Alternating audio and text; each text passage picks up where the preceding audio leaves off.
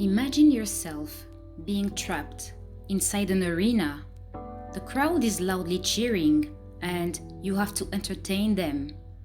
On top of that, you are not given much time to rest and you have no way out. Well, that is exactly what's happening nowadays with footballers. They play more and more until they reach their body's limits.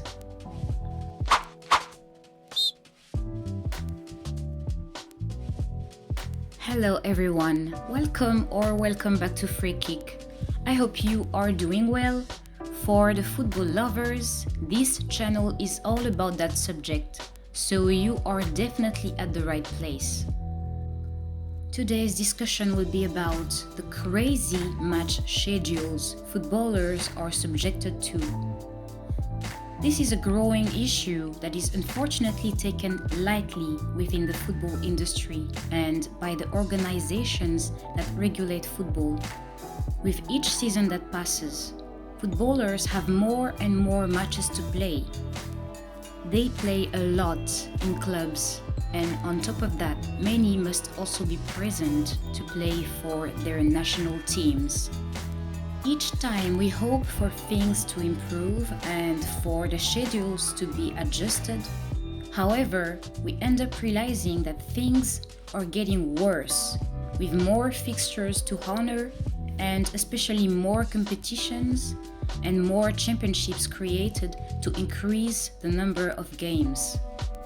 Managers like Pep Guardiola, Manchester City's current head coach, even complained more than once about these monstrous schedules.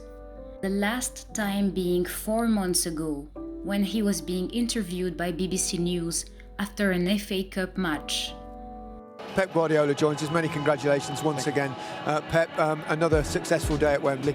How was it? I mean, it was tough, I suppose, coming 3 days after that tough defeat against Real Madrid, 120 minutes. You must be very proud of your players. It's unacceptable. It's really unacceptable. Coventry United, Chelsea don't play in the week. Let us play today. Next week, on Friday, will be better. Yeah. Instead of Saturday, put it on Friday to have less recovery. Did you feel unfairly treated? It's impossible. It's for the health of the players. Yeah. It's not normal. Honestly, it's not normal. Yeah. So because I win, I have the courage to tell you, in defeat, I will shut up. Honestly. So I know this country is special for many things, but it's for the health of the players. So they are. I don't understand how we survive today. I don't understand. Yeah. Have you raised that issue officially to the Football Association? Have you raised that issue, that you're concerned? Gary, do you think an hour demanding is going to change something? The only power I have, I say here, is not going to change anything. I know it for many years. Kevin De Bruyne also opened up about the subject recently during the Nations League, and that's what he said. I think the problem will come when we finish the Club World Cup, because we know that there will be only 3 weeks between the Club World Cup final and the first day of the Premier League. You have 3 weeks to take vacations and prepare to play another 80 matches the following season.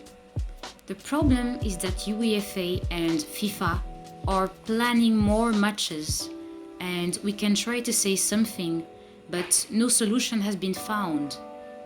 They don't care. It's money that talks. According to an ESPN article, Jude Bellingham has registered 18,837 career minutes by his 21st birthday during Euro 2024.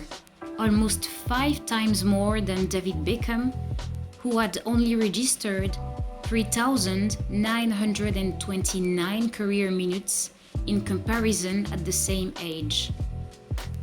The article also states that Vinicius Jr. had played 344 career games by 24 years of age, while Ronaldinho had played 162 career games by the same age.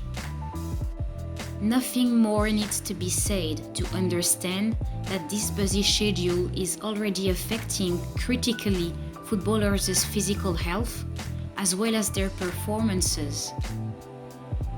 we need to be real. This is just unsustainable. Footballers are humans, they are not machines. They will not be able to keep up with such insane schedules as the years pass. The clubs will have to play extra matches this year, and who knows if more games will be added by next season. The Champions League new format went from 96 to 144 matches for the group stage alone. Real Madrid is also a good example to take to highlight the negative consequences of such fixtures on clubs at large, since 72 matches awaits them this season, all competition combined, which is crazy, especially when coming out of an extremely busy previous season and with key players like Bellingham and Camavinga already injured. In addition, increasingly younger players are suffering from serious or repetitive injuries. For instance, Barcelona players Pedri and Gavi have been injured a lot throughout the recent years.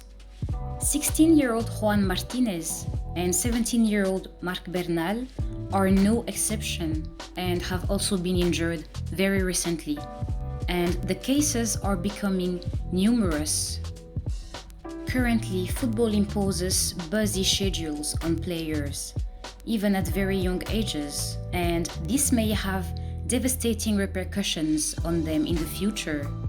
If this continues in the years to come, we should not be surprised to see more and more players retiring earlier because they ended up being worn out by playing so many games, or even being forced to stop playing football due to frequent injuries that will end up shortening their careers. Besides, playing too much for many years can also take a toll on footballers' emotional balance and mental health. They could start feeling helpless and even fall into a state of burnout. At some point, decisions will have to be made because the issues caused by these insane fixtures could only increase as time goes by.